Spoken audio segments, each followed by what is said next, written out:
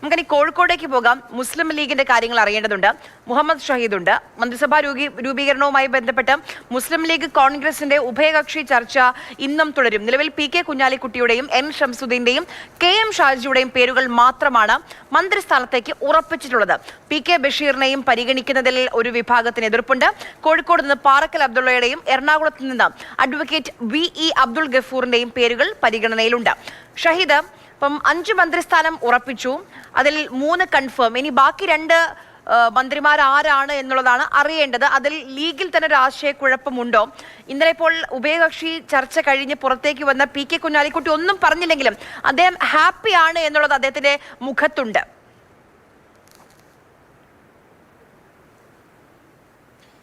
ആര്യ പറഞ്ഞ 3 പേരുകൾ PK Kunhalikutty, KM Shaji, N Shamsuddin. ഇതിന്റെ കൂടെ തന്നെ കോഴിക്കോട് നിന്ന് പാറക്കൽ അബ്ദുള്ളയുടെ പേരും ഏറെക്കുറെ മന്ത്രിസ്ഥാനത്തേക്ക് ഉറപ്പായി കഴിഞ്ഞു എന്നുള്ളതാണ്. കാരണം ഇന്നലെ ഒന്നും അങ്ങനെ സജീവമായി പാറക്കൽ അബ്ദുള്ളയുടെ പേര് ഉണ്ടായിരുന്നില്ല. നമ്മൾ ഇന്നലെ 5 പേരുടെ ലിസ്റ്റ് നൽകി. പക്ഷേ അപ്പോൾ തന്നെ നമ്മൾ പറഞ്ഞിരുന്നു, ഈ കോഴിക്കോട്, കാസർഗോഡ് ജില്ലകൾക്ക് പ്രാതിനിധ്യം നൽകാത്തതിൽ വലിയ എതിർപ്പ് സംഘടനക്കകത്ത്, ലീഗിനകത്ത് രൂപപ്പെട്ട് വരുന്നുണ്ട് എന്നുള്ള കാര്യം.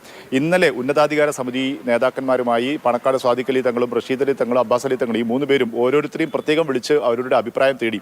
അതിനുശേഷമാണ് പാറക്കൽ അബ്ദുള്ളയുടെ, അതായത് കോഴിക്കോടിന് 6 MLA-മാരെ വിജയിപ്പിച്ച, മണ്ഡലങ്ങളിൽ വിജയിപ്പിച്ച, വലിയ വിജയം നേടിയ കോഴിക്കോടിന് പ്രാതിനിധ്യം നൽകിയില്ലെങ്കിൽ അത് സംഘടനയിൽ വലിയ അതൃപ്തിക്കിടയാക്കും എന്നുള്ളൊരു നിലപാടെടുത്തു. പാറക്കൽ അബ്ദുള്ളയും ഇപ്പോൾ ഏറെക്കുറെ ഉറപ്പായി കഴിഞ്ഞു എന്നുള്ളതാണ്.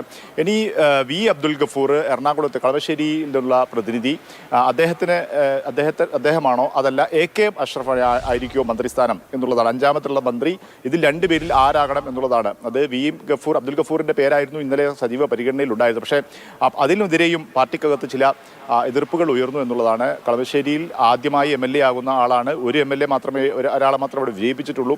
കാസർഗോഡ് AK അഷ്റഫിന് പരിഗണന വേണം. അവിടെ വലിയ പോരാട്ടം നടത്തി K സുരേന്ദ്രൻ BJP നേതാവിനെ പരാജയപ്പെടുത്തി വന്ന കാസർഗോഡിന്, ഉത്തരമലബാറിന് പ്രാതിനിധ്യം കൂടി പരിഗണിച്ച് AK അഷ്റഫിന് നൽകണം എന്നുള്ളൊരു ചർച്ച സജീവമായി ഇപ്പോൾ രൂപപ്പെട്ട് വന്നിട്ടുണ്ട്. ഇനി അപ്പോൾ ഈ 4 പേര്, അതായത് കുഞ്ഞാലിക്കുട്ടി, ഷാജി, ഷംസുദ്ദീൻ, പാറക്കൽ ഏറെക്കുറെ ഉറപ്പായി കഴിഞ്ഞു. പാറക്കലിന്റെ പേരും ഉറപ്പായി കഴിഞ്ഞു. ഇനി 5ാമത്തുള്ള സ്ഥാനത്തേക്ക് കളമശ്ശേരിയിൽ നിന്ന് ജയിച്ച അബ്ദുൾ ഗഫൂർ വേണോ, കാസർഗോഡ് മഞ്ചേശ്വരം ജയിച്ച AK അഷ്റഫ് വേണോ എന്നുള്ളതാണ് ചർച്ച. ഇക്കാര്യത്തിൽ ഇനിയും അന്തിമമായൊരു തീരുമാനമാകേണ്ടതുണ്ട്.